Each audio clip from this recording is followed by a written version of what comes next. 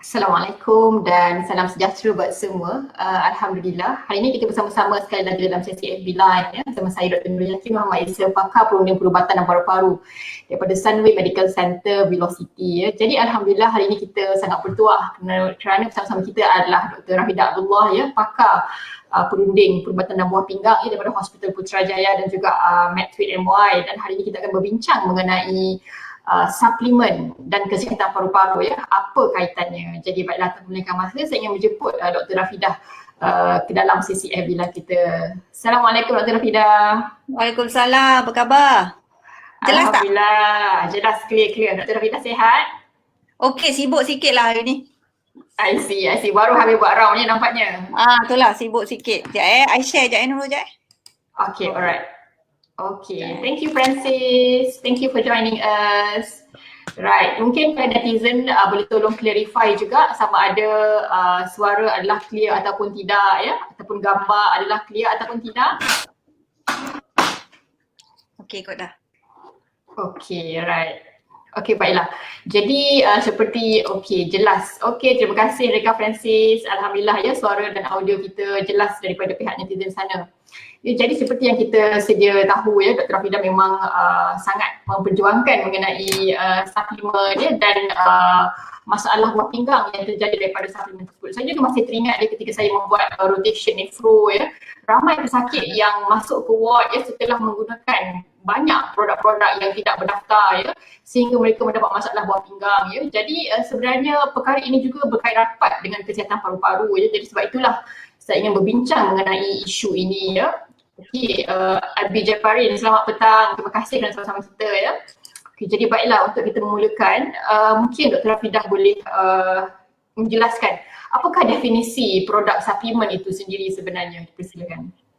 Saya rasa, terima kasih Nurul kerana jemput saya hari ni, tapi saya rasa saya tengok kat Malaysia ni definisi tu macam-macam lah. Ya, macam-macam. Kadang-kadang ada orang buat definisi sendiri, tapi kita perlu mengikut definisi secara betul-betul definisi dia. Sebab banyak definisi yang kalau kita tengok kamus ataupun kita tengok pertubuhan WHO, definisi dia memang very clear.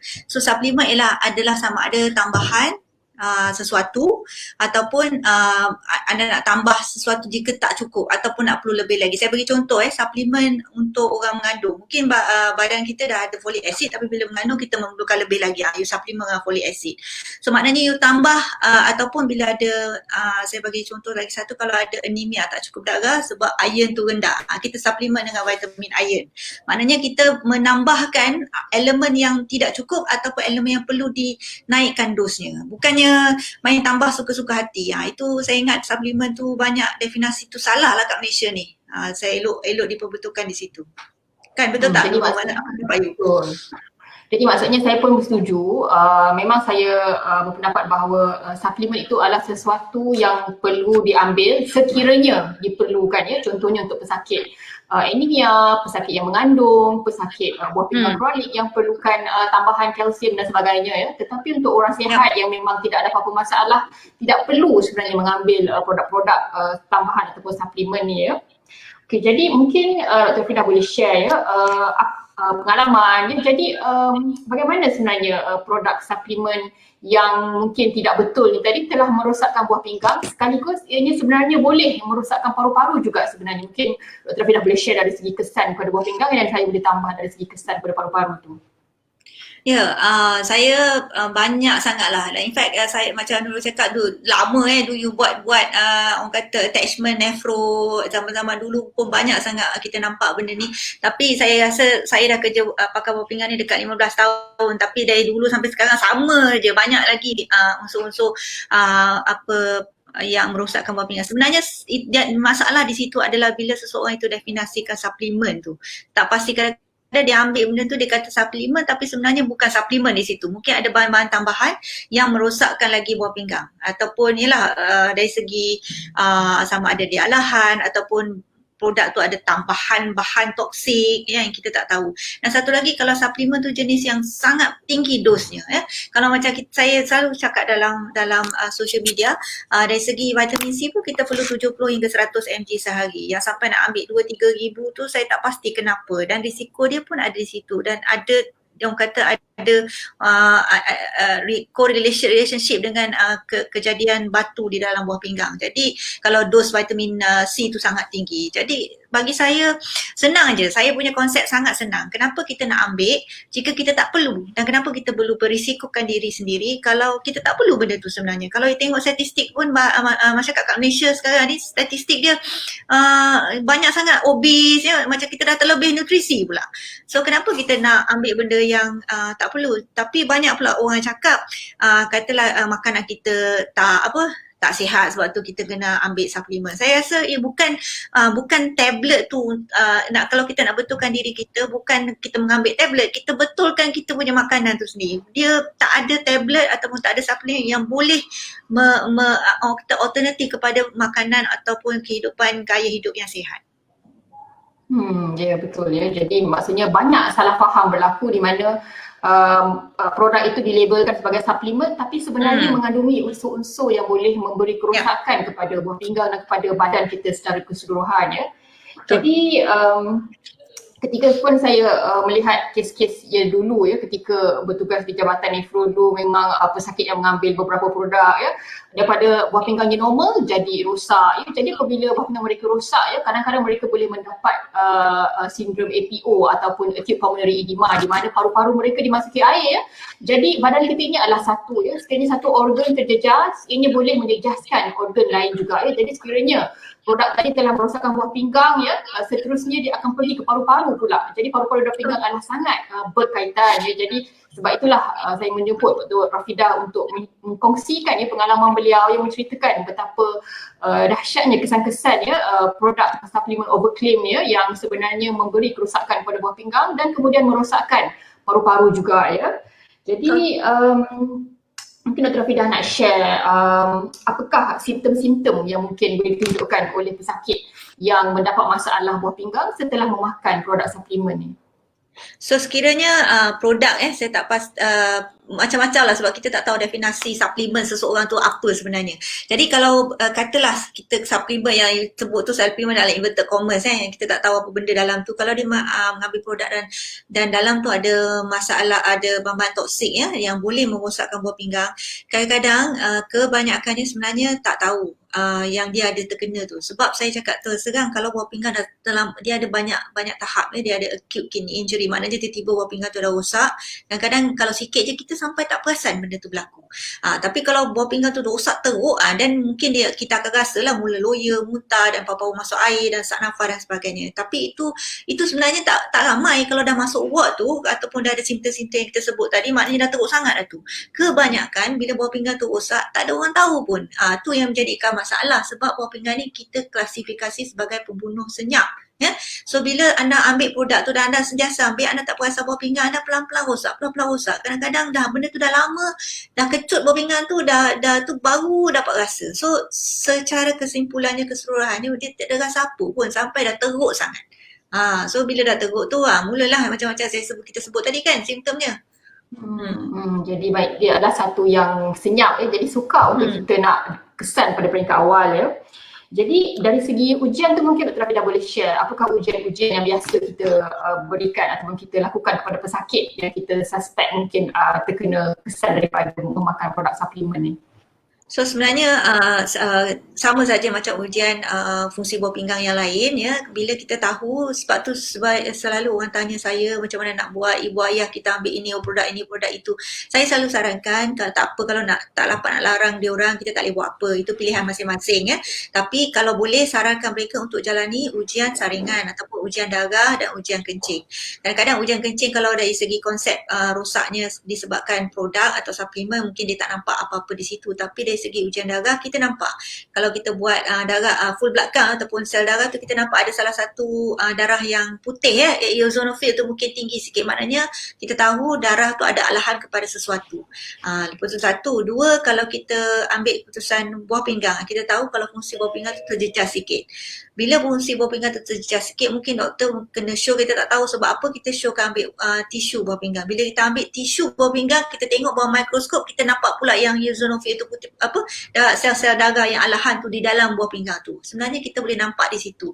Jadi ada beberapa spektrum ujian, tapi kebiasaannya untuk saringan saya sarankan untuk buat ujian darah dan ujian kencing untuk pantau kesihatan buah pinggang. Tak kira lah mak ke, ayah ke atau pernah ambil ke, siapa, ramai sangat yang tanya saya di social media. Saya rasa elok anda pergi cek lah baru tahu sebenarnya ada masalah atau tidak. Dengan ujian darah, ujian kencing, simple saja sebenarnya. Jadi mungkin untuk netizen di luar sana yang mungkin dah lama menggunakan produk suplemen overclaim ataupun yang sebenarnya tidak diperlukan, boleh just check darah, check fungsi buah pinggang ya, dan check air kencing untuk nak tengok ada tak produk suplemen tu telah memberi kesan kepada buah pinggang ataupun tidak ya. Jadi sebelum terlambat, kalau kita beri kesan yang lebih awal, insya-Allah kita boleh cuba menyelamatkan buah pinggang anda ya. Dan mungkin dari segi paru-paru ya, sekiranya kita akan buat ujian chest x-ray lah kebiasaannya ya. Kita akan buat x-ray dada ya, sekiranya pesakit menghadapi masalah susah nafas ya, ada mengambil suplemen ya. Dalam sejarah menceritakan pernah ambil suplemen sebelum ni kemudian datang dengan masalah susah nafas, kita akan segera melakukan x-ray ya, dan kita akan check darah ABG jugalah, tengok macam mana oksigen ya, karbon dioksida adakah terlalu rendah ya sehingga mengganggu pernafasan ya. Jadi seperti saya tekankan sebentar tadi ya, buah pinggang dan paru-paru sangat berkaitan. Sekiranya buah pinggang rosak dan paru-paru juga akan selalunya rosak selepas itu ya. Jadi kita perlu menjaga kedua-dua organ yang penting ini ya.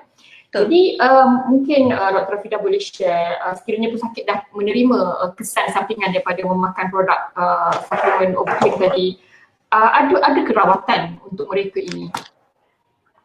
Okey, kebiasaannya yang kita tengok, kalau nombor satu yang kita nampak kalau dia ada kerosakan buah pinggang, memang kita sarankan untuk berhenti langsung, terus jangan sentuh apa-apa produk, dan kita akan pantau ya, sama ada masalahnya kita tak tahu berapa lama dah keadaan buah pinggang tu dah masalah, sama ada dia acute atau terjadi tiba-tiba atau dia dah kronik. Kalau dia kronik agak sukar dia nak baik semula, tapi kalau dia acute atau tiba-tiba, bila kita berhentikan produk tu atau apa-apalah yang merosakkan buah pinggang tu, insya-Allah fungsi buah pinggang akan kembali kepada sebelumnya, mungkin tidak sepenuhnya, mungkin sedikit. Jadi itu terpulang kepada keadaan tu. So nombor satu, berhentikan. Nombor dua, kalau kita dah teruk sangat, mungkin kita kalau ambil tisu buah pinggang tadi kita nampak banyak sangat yalah alahannya tu, mungkin ada ubat, mungkin kita bagi steroid sebab yalah jarang berlaku, tapi yalah kita mungkin nak cuba untuk selamatkan buah pinggang tu, mungkin kita bagi di situ. Selain daripada tu, memang tak ada rawatan ni adalah supportive saja, maknanya kita harap buah pinggang tu akan regenerate balik. Regenerate balik, mungkin fungsi tu boleh balik kepada sebelum ni ataupun sebahagian daripada sebelum ni. Sebab tu kami memang sarankan janganlah cuba-cubalah benda-benda yang tak perlu, sebab kita tak nak ambil risiko ni. Kenapa kita perlu ambil risiko yang kita tahu benda tu berisiko, tapi dan kita tak perlu benda tu, kita masih nak buat juga. So saya sebenarnya tak faham macam mana saya nak betulkan lagi persepsi rakyat Malaysia ni. Mungkin Nurul pandai lah, saya pun tak tahu dah. Itulah, I think insya-Allah slowly lah kita bersama-sama memberikan kesedaran, memberikan ilmu. Mungkin mereka tidak ada yang memberitahu mereka, jadi mereka pun tak tahu. Jadi ilmu tu kurang. Jadi mungkin dengan harapan kita, bila kita banyakkan sharing-sharing seperti ini ya, semoga ini dapat menambahkan ilmu dan kesedaran di kalangan netizen mengenai sebenarnya tidak perlu mengambil produk suplemen ini tadi ya. Jadi ada soalan daripada Pisha Zulkifli, adakah madu kelulut boleh ke dijadikan makanan tambahan? Okey, sebenarnya saya banyak orang tanya pasal macam-macam lah. Dia kata natural dan sebagainya. Bagi saya tak ada masalah kalau ambil produk tu dia betul-betul daripada unsur natural tu kan. Macam saya bagi contoh lah, makan apa nama dia, macam makan makanan sunnah katanya batu sauda dan sebagainya. Kalau ambil daripada yang natural, yang betul-betul beli batu sauda yang daripada yang original tu 2-3 kata yang tak banyak, insya-Allah tak ada masalah. Tapi yang bermasalah ialah bila apa-apa pun dijadikan sebagai satu tablet ataupun cecair yang kita tak tahu apa lagi yang dimasuk ke dalam tu. So jadi overclaim lah, sebab kalau dia kata benda tu tak ada bahan kimia dan sebagainya. Bagi saya kalau dah jadi tablet ataupun dia dah jadi cecair, mesti dia ada campur-campur. Tapi kalau nak ambil benda-benda natural ni daripada tumbuh-tumbuhan, boleh, tapi berpada-padalah, jangan secara moderasi. Yang fresh, yang natural dan secara moderasi, jangan berlebihan. InsyaAllah tak ada masalah. Tapi kalau madu kelulut tu dia dah buat jadi produk, dah tambah itu, tambah ini, dah tambah jadi kapsul, saya pun tak tahu apa dalam tu. Kebiasaannya saya kata hati-hatilah. Ya? Sebab kadang-kadang banyak produk-produk tambahan tadi, maksudnya benda lain yang ditambah daripada yang natural tadi menyebabkan masalah ya. Mungkin saya pernah dengar ada yang menambahkan kandungan steroid, ada yang menambahkan mercury, ada yang menambahkan arsenik ya. Semua logam-logam ni berbahaya ya kepada organ, kepada badan kita ya. Jadi sangat berhati-hati, perlu melihat apa kandungannya ya. Kalau boleh, kalau yang natural tu betul-betul daripada sumber yang asal ya. Okey, ada soalan daripada Cik Ifah. Doktor, kalau eczema doktor suggest makan ubat, boleh ambil juga masa panjang tak? Kalau tak makan ubat eczema, teruk akan kacau aktiviti harian.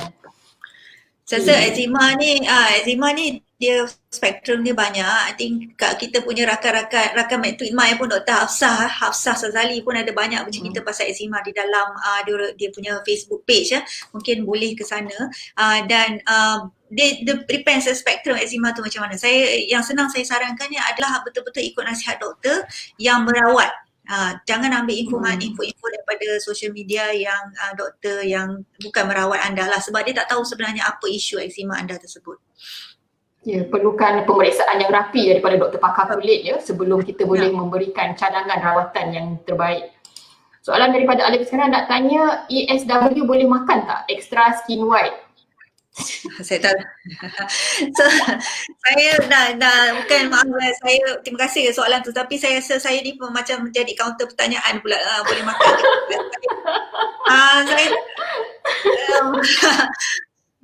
Susah lah saya nak cakap kan. So saya hanya boleh berpandukan kepada kita punya kajian perubatan. So saya tak tahu langsung pasal ESW ke, ASWL ke, apa-apa dan sebagainya. Jadi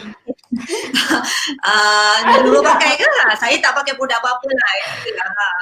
So itu sajalah. So saya tak boleh komen lah apa-apa sebab produk apa-apa. Betul, no comment sebab kita perlu tengok apa komponennya ya. Jadi kalau boleh mungkin Encik Alif Iskandar boleh berjumpa dengan mungkin doktor keluarga yang Encik Alif selalu jumpa ya, sebab kita perlu tahu apa masalah kesihatan Encik Alif ya. Dan kita tengok perlu ke Encik Alif makan benda ni ya, dan apa komponen ubat-ubatan ini ya. Jadi kita perlu lihat dengan lebih teliti sebelum kita memberikan apa-apa nasihat ya. Okey, soalan dari Farid Latif, apa pandangan doktor tentang sosial ekonomi yang rendah dalam komuniti buatkan masyarakat makan makanan kurang nutrisi? Jadi wajarkah mereka ambil suplemen? Sosial ekonomi rendah tapi boleh beli suplemen pula. Okey.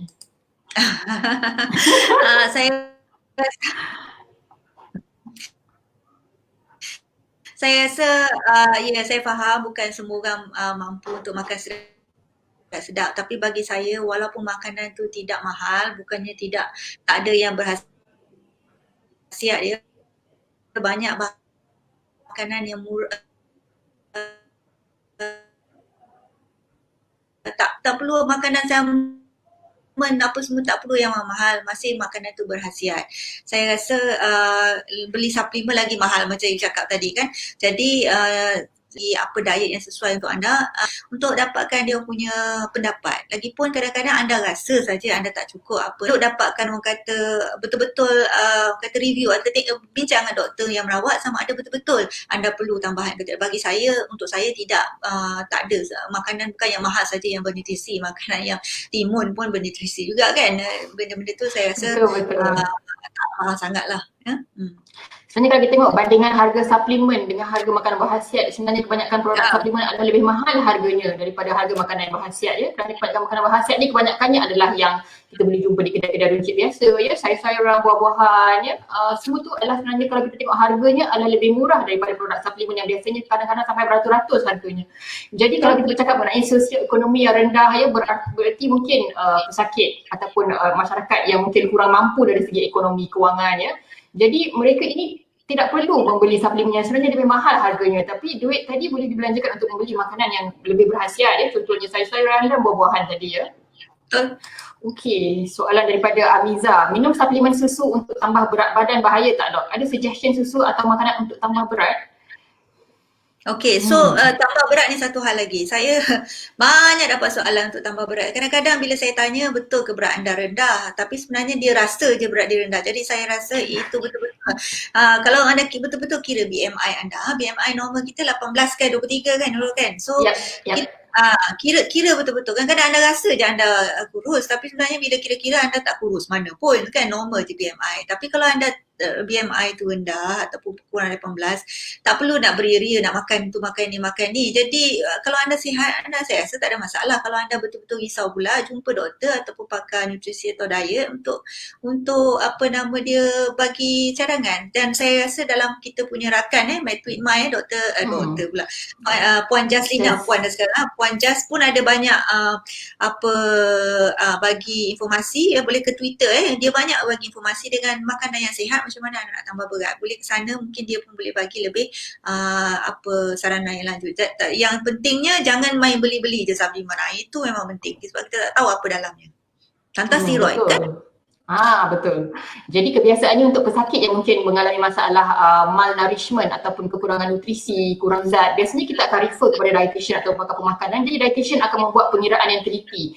Dia akan check berapa kalori yang betul yang kamu perlukan, berapa protein yang diperlukan, berapa karbohidrat. Jadi kita ada pengiraan yang tertentu di situ berdasarkan keputusan darah. Kita akan check fungsi hati, fungsi buah pinggang. Daripada situ kita boleh kira berapa kalori yang diperlukan. Daripada kalori itu, apakah makanan yang sesuai. Jadi sebaiknya berjumpalah pakar di bidangnya, dietitian untuk mendapatkan prescription ataupun suplemen ataupun apa yang diperlukan oleh tubuh badan Cik Amiza Okey, baiklah. Dok, kalau jenis minuman susu or jus dikira suplemen juga ke? Itu yang saya cakap, definisi tu kelam kabut sikit. Betul. Saya pun minum susu juga, saya pun minum jus juga. Tapi jus saya ialah kalau jus buah tu saya biasanya buat sendirilah kat rumah, makan blend ni kan. Tak gula, tu jus lah. Tak tahulah itu kira suplemen ke tidak, itu makanan bagi saya. Makanan dan minuman. Jadi mungkin kalau susu segar kan ataupun jus buah-buahan itu sebenarnya dikira minuman lah, tidak ada masalah. Yang jadi masalah kalau jus yang dilabelkan sebagai jus penyembuh dan sebagainya yang jus yang telah campur kata ada 9 dalam satu mungkin ada habatus sauda, ada madu, ada segala macam benda-benda dalam satu jus kemudian dikatakan sebagai minuman ataupun jus suplemen. Jadi itu yang bahaya sebenarnya. Bila semuanya dah bercampur, kita tidak tahu mungkin ada interaksi antara bahan-bahan tadi Jadi sangat perlu berhati-hati Cik Siti Aisyah Okey. Macam mana dengan suplemen yang medical doctor sendiri yang promote? Okey, kenapa ya gelak? Okey, macam ni, dari segi kita sebagai etika doktor perubatan, kita tak boleh promote apa-apa pun sebenarnya. Dari segi kalau kita nak memberi kata nasihat, kita kena tak boleh bagi produk jenama ABC. Kita bagi macam nama trade name ataupun kita nak bagi tahu pasal ubat pun kita tak boleh bagi jenama. Jadi dari segi etika memang tak betul lah kalau doktor tu promote sendiri produk. Tapi walau bagaimanapun saya bukannya, sebab saya tengok ramai netizen yang jumpa je ni dia hantar PM saya dan sebagainya. Tapi saya bukan polis. Tapi kalau anda rasa itu tidak betul, mungkin anda boleh buat orang kata report kepada kalau kata ke Majlis Perubatan Malaysia, biar mereka yang tengok undang-undang dan mereka buat investigation untuk sendiri. Dan kita tak boleh menghukum sesiapa. Tapi anda ada hak untuk menyoal dan anda juga ada hak untuk report. Jadi bagi saya memang tak sesuai lah kalau doktor-doktor nak promote apa-apa produk sekalipun, tak kira lah apa jenis pun. Itu conflict of interest. Okey, Terbenani Ami, produk yang ada kelulusan KKM, adakah ia mempunyai kesan sampingan juga? Contohnya pengambilan tak terkawal atau lain-lain. Kelulusan KKM.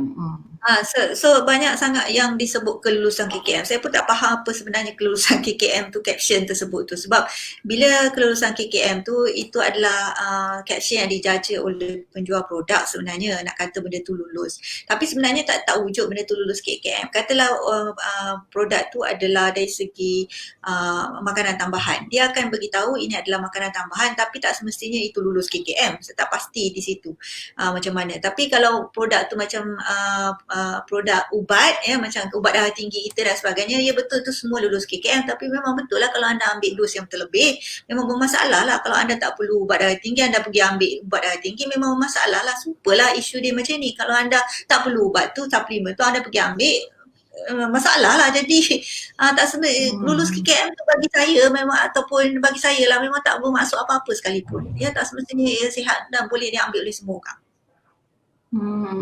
Jadi maksudnya perlu melihat keperluan badan anda ya sebelum membuat keputusan nak ambil ataupun tidak produk tersebut ya, walaupun ada label KKM di situ ya.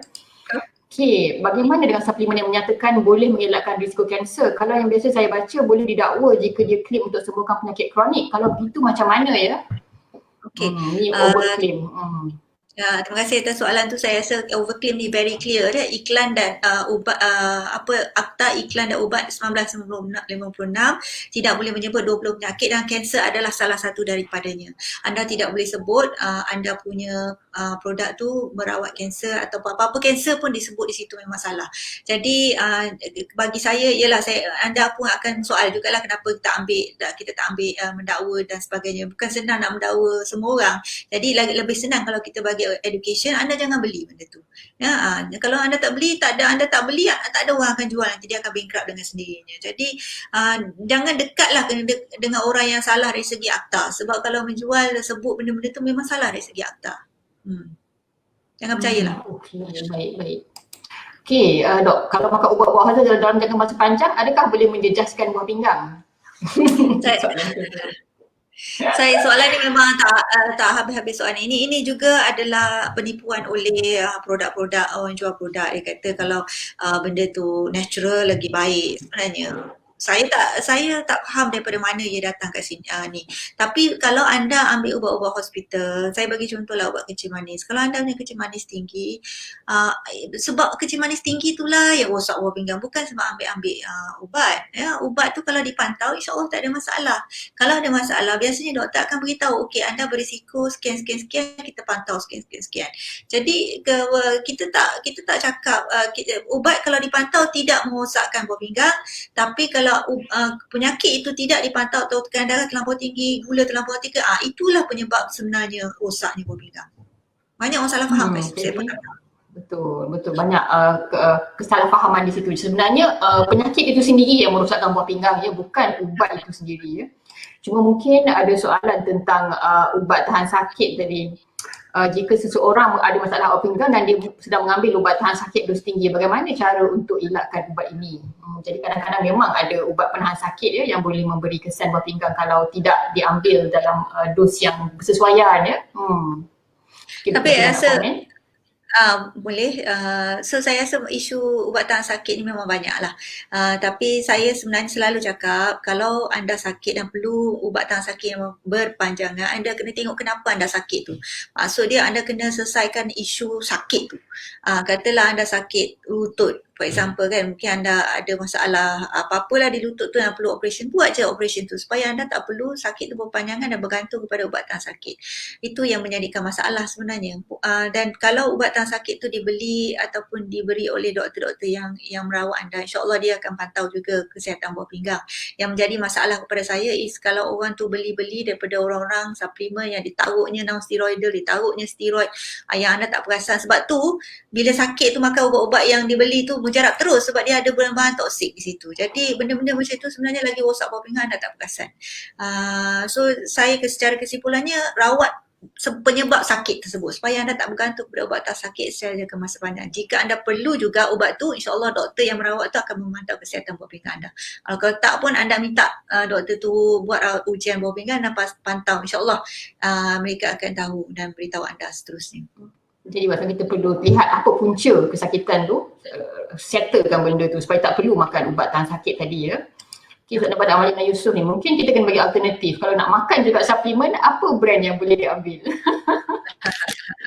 Saya pun tak pernah beli, macam mana lah saya nak tahu. Sebab saya rasa dah 48 tahun hidup ni belum lagi beli suplemen. Tak pastilah kalau tanya saya apa brand-brand ni, tak ada lah.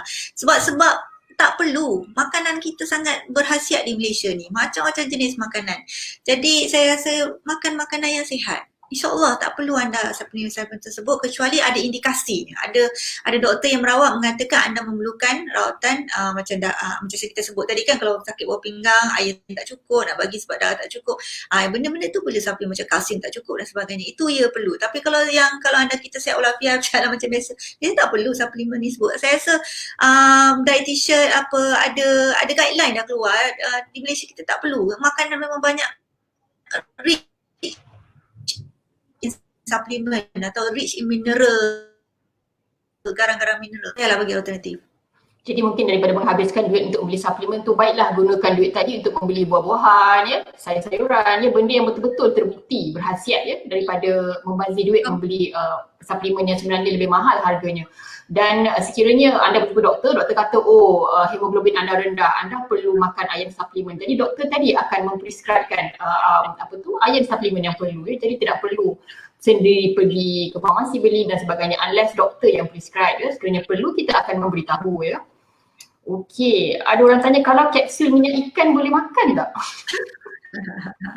Saya tak tahulah kapsul minyak ikan dia beli kat mana. Tapi bagi saya minyak ikan tu baik makan ikan lah, sedap lagi kan.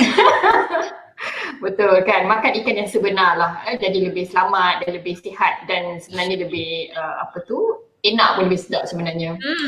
Okay. Kalau ambil vitamin C tapi dia kata diluluskan KKM, macam mana ya, selamat ke? Vitamin Tak C. pasti. Ya, tak pastilah apa benda yang you cakap ni, tapi macam saya sebut tadi lah, lulus KKM tak semua pun anda boleh ambil, tapi kita kebalik kepada kenapa kita nak ambil benda tu semua. Kalau vitamin C tu 70 hingga 100 mg sehari je cukup. 2-3 ulas betik pun dah cukup, dah kecil-kecil pun dah cukup dah untuk keperluan sehari saya rasa. Tak perlu nak ambil kapsul-kapsul dan membuang duit di situ. Betul kan? Betul-betul. Okay, ada mungkin soalan terakhir lah kerana kita pun dah hampir sampai ke penghujung sesi ni. Assalamualaikum doktor, saya ada masalah paru-paru. Ada masalah tak kalau saya selalu ambil air yang ada susu, contoh susu coklat? Sebenarnya tidak ada masalah ya untuk paru-paru anda, cumanya seperti biasa jangan berlebihan ya. Ambil sekadar moderasi lah, bersederhana ya. Jadi tidak ada masalah untuk pesakit paru-paru mengambil susu coklat ya, tidak ada masalah insya-Allah. Cuma jangan berlebihan. Okey, jadi mungkin kita pun dah sampai ke hujung sesi. Mungkin Dr. Rafidah nak ingin sharekan take home message tentang suplemen ni. Ada banyak soalan yang tak dapat dijawab, minta maaf ya kerana kita ada kehad di situ. Mungkin take home message lah. Ya. Okey. Ini siri yang terakhir daripada 4 siri kita kan. Nurul, insya-Allah terima kasih kerana menjemput saya. Memang agak sibuk tapi bolehlah nak selit-selitkan masa tengah hari ni macam ni sementara tak ada kerja. Tapi saya harap masyarakat Malaysia dapat manfaat lah sedikit daripada perkongsian kita. Teruskan Nurul buat live dengan ramai-ramai doktor dan pegawai perubatan. Dan secara kesimpulannya saya haraplah semua hidup dengan gaya lebih sihat, hidup sihat, elakkan penyakit ya. Dan kalau dah dapat penyakit kronik terutamanya buah pinggang, tolonglah dengar saranan doktor anda, tutupkan telinga, mata, hidung dan sebagainya daripada jurujual ataupun orang kata nasihat-nasihat daripada mereka yang tak bertauliah. Kami pengamal perubatan di sini untuk menolong anda, tidak ada orang pun yang nak anda sakit, tapi kami hanya nak yang baik-baik dan kesihatan untuk anda semua. Percayalah kepada kami dan datang membincangkan kepada kami. Kami sentiasa ada dan kami sentiasa membantu. Dengan itu saya ucapkan terima kasih kepada semua. Okey, terima kasih banyak Dr. Rafidah kerana sudi meluangkan masa dan berkongsi pengalaman dan ilmu ya berkenaan suplemen dan buah pinggang dan juga kesihatan paru-paru ya. Dan terima kasih juga kepada netizen kerana sudi bersama-sama kita. Semoga perbincangan kita pada hari ini memberi manfaat kepada semua. Jadi mungkin saya boleh simpulkan ya, suplemen ini hanya perlu sekiranya dikatakan perlu oleh doktor anda ya. Kalau tidak perlu, jadi anda hanya perlu mengamalkan gaya hidup sihat ya, makanan yang seimbang dan juga exercise yang berterusan supaya anda menjamin kesihatan tubuh badan anda secara keseluruhannya insya-Allah. Okey, baiklah, terima kasih semua. Assalamualaikum warahmatullahi wabarakatuh. Assalamualaikum.